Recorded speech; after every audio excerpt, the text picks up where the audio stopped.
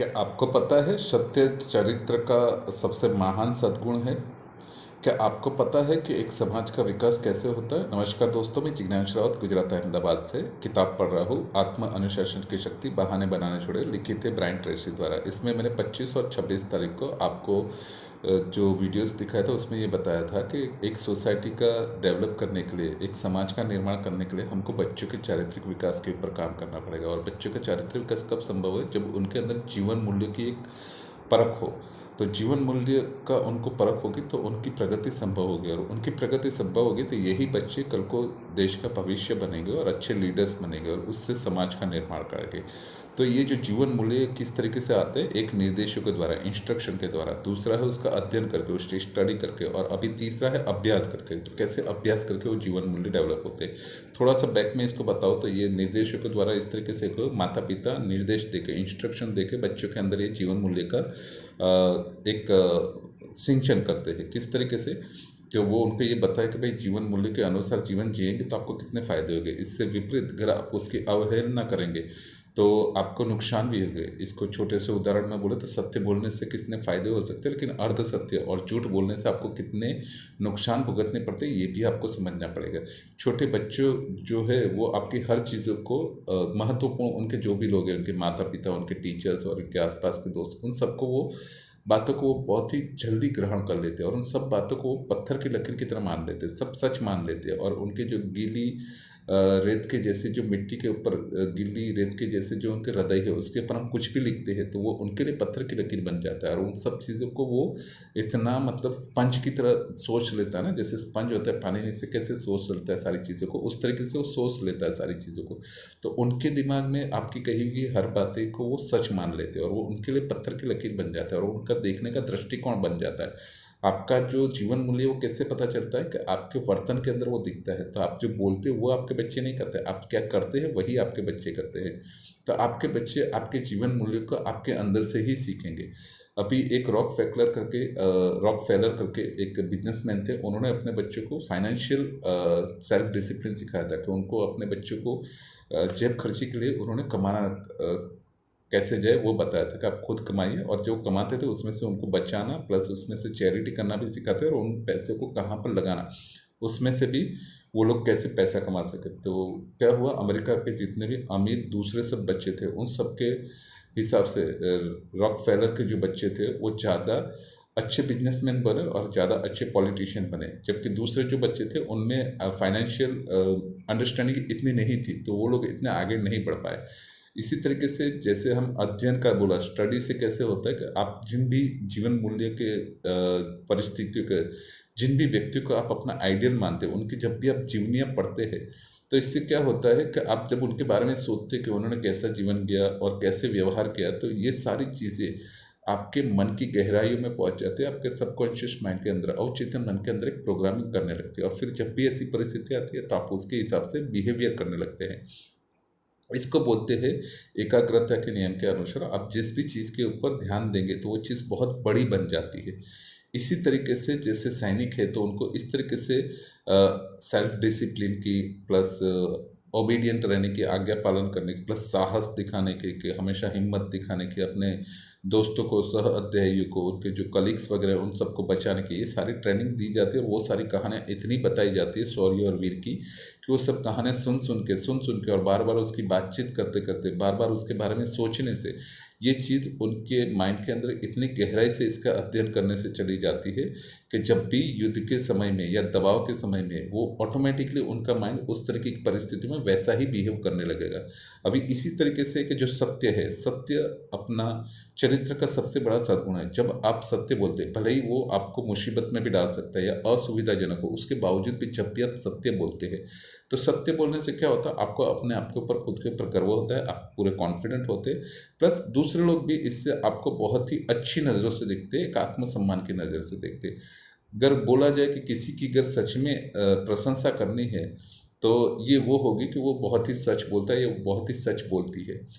आपको ये जिन भी चीज़ों का अनुसरण करते हैं उसको सराहना चाहिए कि जो भी आपके जीवन मूल्य वाले व्यक्ति है, जैसे गांधी जी हो गए, सुभाष चंद्र बोस हो गए, चंद्रशेखर आज़ाद हो गए, या जो भी लोग हैं जिनको भी आप फॉलो करते हैं, तो आपको उनकी सराहना करनी चाहिए, उनकी प्रशंसा करनी चाहिए। आपके जीवन का जो चरित्र का मोस्टली जो आधार है वो इन लोगों से तय होता है कि आप किन लोगों से ज़्यादा प्रभावित है, किन लोगों की ज़्यादा सराहना करते हैं। इससे कोई फर्क नहीं पड़ता कि वो जीवित है कि मृत है। काफ़ी सारे लोग ऐसे जो मृत हो चुके हैं, लेकिन उनकी जो विचारसरणी है, विचारधारा है, अहिंसा परमो धर्म, गांधी जी ने जो बताया हुआ है कि उन्होंने अहिंसा से पूरे भारत को आज़ादी दिलाई, वो नहीं है, लेकिन आज भी उनकी जीवन शैली काम कर रही है। आज भी कर्म के सिद्धांत सारे बता रहे हैं कि हम कुछ गलत करेंगे तो हमको गलत ही मिलेगा, जो हम बोएंगे वही हम काटेंगे। तो ये सारे सिद्धांत है, जैसे एकाग्रता का सिद्धांत है कि क्या हम जिस भी चीज़ पर विचार करेंगे तो वो सारी चीज़ों को बहुत बढ़ा कर देती है। तो हमको ये समझना पड़ेगा कि ये जितने भी आपके सद्गुण है, कि आपको जो भी जिन लोगों की जीवनियाँ, जो भी लोग आपसे जिनसे आप प्रभावित है, उससे आपके चरित्र का विकास ज़्यादातर विकसित होता है। तो आप कभी ये सोचिए अपने भूतकाल में या अपने जीवन और उसके इतिहास के पर नज़र डालें कि आपको ऐसे कौन कौन से लोग पसंद है, जिनको आप पसंद करते हैं, जिनके जैसा आप बनना चाहते हैं, जिनसे आप बहुत ज़्यादा प्रभावित है, और ऐसी कौन सी क्वालिटी है अगर वो आपको सिखाना चाहे तो आप उनसे सीखना चाहेंगे। आप ये भी सोचिए कि सपोज कीजिए कि उन लोगों के साथ में जिनको आप चाहते हैं या जिनके जैसा बनना चाहते हैं, उनके साथ में अगर आपको रहने का मौका मिल गया, तो आप पूरा दिन 24 घंटे उनके साथ में रहने का मौका मिले, वेदर इट इज़ लाइव और अलाउड नॉट लाइव। अगर वो जिंदा है कि नहीं जिंदा है उसकी चिंता मत कीजिए, लेकिन सोचिए कभी कि आपको एक ऐसा मौका मिल गया कि आपको पूरा दिन उनके साथ में रहने का मौका मिले, तो फिर आप कैसे करेंगे? आप उनके साथ में क्या बातें करेंगे? आप उनके साथ में कैसा खाना खाएंगे? आप उनसे क्या चीज़ें शेयर करेंगे? आप उनके साथ में से क्या चीज़ है जो उनको बताएंगे कि सर मुझे आपकी ये चीज़ सिखाई है, या मैडम मुझे आपकी ये चीज़ सिखाई है।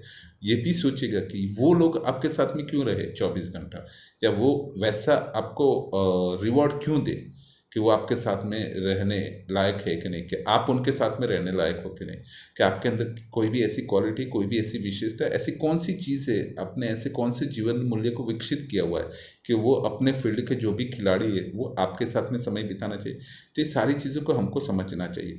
हमको आत्म अनुशासन का और ये जो बताया चारित्रिक विकास का जो हमको करना है, तो उसके लिए हमको ये जो जीवन मूल्य है उन सब की सराहना करनी चाहिए, जो भी लोग हमें पसंद होते हैं।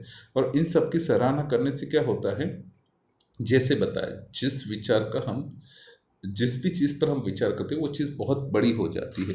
तो ये चीज़ बड़ी होने से क्या होता है हमारे साथ में, ये दिन ब दिन बढ़ती जाती है। तो जिन भी चीज़ों का हम सराहना करते हैं उनका हमको अभ्यास करना चाहिए। जो ये पॉइंट था आज का, कि हम प्रैक्टिस करके भी जीवन मूल्य को कर सकते हैं। अभ्यास करने से क्या होगा, वो चीज़ें सारी आपके जीवन में उतर जाएगी, आपको धीरे धीरे उसकी प्रैक्टिस बनती जाएगी और वो आपके जीवन का एक हिस्सा बन जाएगी। एग्जैक्टली टिटस करके एक लेखक है जो रोम के दर्शनीय लेखक थे करके, उन्होंने बताया हुआ था कि परिस्थितियां इंसान को नहीं बनाती, वो तो इंसान को उसके अस्तित्व रूप में प्रकट करती है। मतलब जैसे भी है और जिस तरीके से बिहेव करती है, ये इसकी वजह से कि आपने जिन भी लोगों को सुना है, जिन भी लोगों का आपके ऊपर प्रभाव है, तो आपने उन लोगों को जिस तरीके से सोचा, तो ये सारी बातें आपके मन की गहराई में इतने गजब तरीके से चली गई। वेदर इट इज़ निर्देश के द्वारा, कोई कहानी के द्वारा, आपके मम्मी पापा के या कहीं के, या कहीं पे आपने उसका अध्ययन किया, तो आपकी बुद्धिमत्ता जो है उनके बारे में चिंतन और मनन करने से एकांत में बुद्धिमत्ता के द्वारा, या तो फिर अभी जो तीसरा स्टेप बताया कि ये जीवन मूल्य आप जैसे उनकी प्रैक्टिसेस करते हैं, तो उससे क्या हो गए, आपके जीवन मूल्य दृढ़ हो गए। और जब भी ऐसी परिस्थितियाँ आएगी, कोई भी ऐसी परिस्थिति है जिसमें वो लोग दबाव में हैं, तो उस वक्त वो वैसा ही बिहेव करेंगे जैसा उन्होंने पढ़ा हुआ है, जैसा उन्होंने सुना हुआ है कहानी में, जैसा उनको फील हुआ है और जो उनके मन की गहराइयों में, उनके सबकॉन्शियस माइंड में उतर गया है, अभ्यास करके उनके अंदर उतर गया है, वो वैसे ही बिहेव करना शुरू कर देंगे। जिस भी चीज़ों को या किसी भी जीवन मूल्य का बार बार करते हैं तो वो दृढ़ बन जाता है। और इसकी बार बार आदत करने से, बार बार प्रैक्टिस करने से क्या होगा, अभ्यास करने से वो आपकी आदत में आ जाता है। जितने भी महान और चरित्रवान लोग हैं, वो सर्वोच्च जीवन जीने के लिए जितनी भी बड़ी चीज़ें करनी चाहिए वो बहुत ही आसानी से कर लेते। क्यों? क्योंकि उनको इसका अभ्यास करने की ज़रूरत नहीं है। अभी वो उनकी प्रैक्टिस में आ गए, वो अभी उनकी एक हैबिट्स में आ गया हुआ है और वो इतनी आसानी से और सहजता से ये सारे काम कर लेते हैं कि उनको बिल्कुल भी ये टफ काम नहीं लगता। क्यों? क्योंकि वो अभी उनकी हैबिट्स में आ गए और उनको ये सोचने की भी नहीं जरूरत पड़ती, ना ही उनको कोई शंका होती कि हम कोई सही काम कर रहे हैं या कोई गलत काम कर रहे हैं, क्योंकि उनको पता है वो सही काम करे और वो अपने सेल्फ डिसिप्लिन से बहुत ही ऊपर के लेवल में ये सारी चीज़ें कर रहे हैं। तो इस तरीके से जो चरित्र का विकास है वो कहाँ से होता है, बच्चों के अंदर बचपन से डालना पड़ता है। उसके लिए उनका संभव विकास तभी संभव है, उनकी प्रगति तभी संभव है जो वो जीवन मूल्य के बारे में सीखे। तो जीवन मूल्य 3 तरीके से बताए जाते हैं, निर्देश करके, इंस्ट्रक्शन देके, अध्ययन करके, स्टडी करके, और तीसरा अभ्यास करके, उसकी प्रैक्टिस करके। इस तरीके से आपको इन सब चीज़ों की आदत पड़ती है। तो ये सारे जीवन मूल्य की आदत क्यों लगानी, क्योंकि बचपन से वो जीवन मूल्य को समझेंगे तभी उनकी प्रगति संभव है, और प्रगति संभव होगी बच्चों की तभी वो क्या करेंगे, बड़े होकर अच्छे नेता बनेंगे और समाज का विकास करेंगे। नमस्कार दोस्तों, मैं जिज्ञान शुरुआत गुजरात अहमदाबाद से। Thank you.